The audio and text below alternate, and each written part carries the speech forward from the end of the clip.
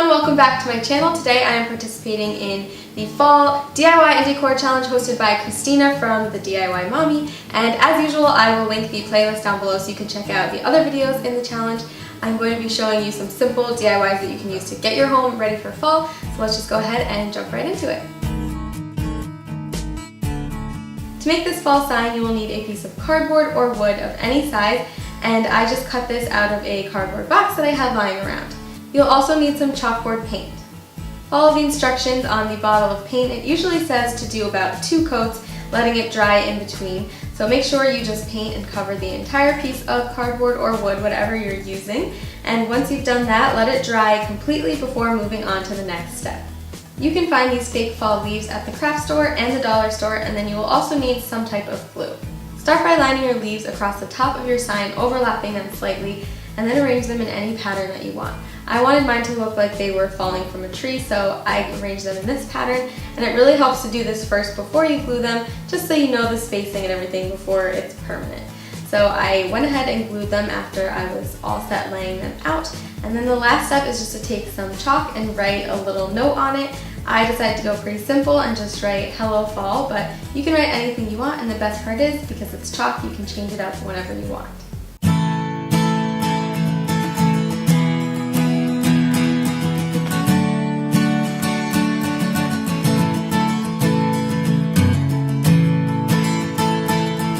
For this DIY, you will need some mason jars, and make sure you get the kind that has at least one smooth side with no writing on it. You will also need some paint of any color. I'm going with this antique white because the rest of my projects are pretty colorful. So I added some of this to a little container here, and I just added about 1 to 2 tablespoons of water to water it down. I want it to be thinner because I want the candles that I'm going to put inside to shine through, so I wanted the paint to be just a little bit thinner so it was easier to see the light. So then I just poured it in each of my mason jars and sort of swirled it around the inside to make sure that the whole thing was covered. And once that's done, you can tip it right upside down over your container and let the excess drip out. And then all you have to do is lay them upside down on some newspaper until the insides are dry. Once they were dry, I printed out some stencils that I found online to spell out the word fall, and I traced them onto some gold vinyl. You can also use contact paper or stickers or any type of paper that you can just glue onto the jar. And then I just added 1 letter to the smooth side of each jar to spell out the word fall.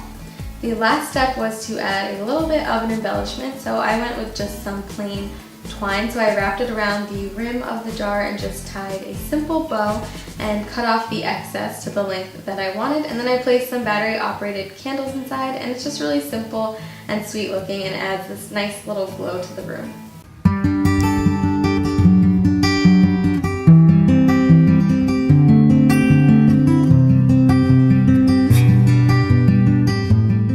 To make this fall wreath, you will need an embroidery hoop and a bunch of faux flowers that you can find at the craft store, the dollar store, pretty much anywhere this time of year.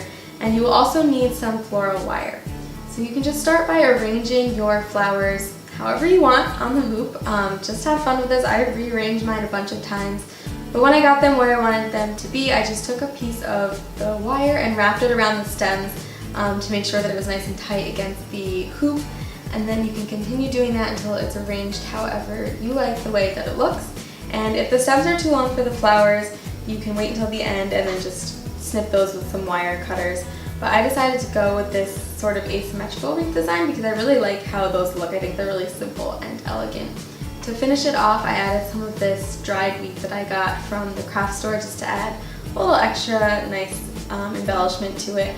But yeah, I really love how this turned out. It adds a really nice pop of color to my decor, and I just think it's really pretty.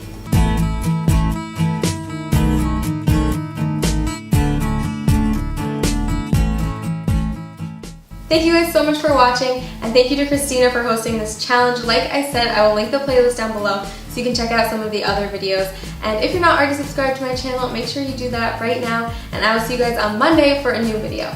Bye!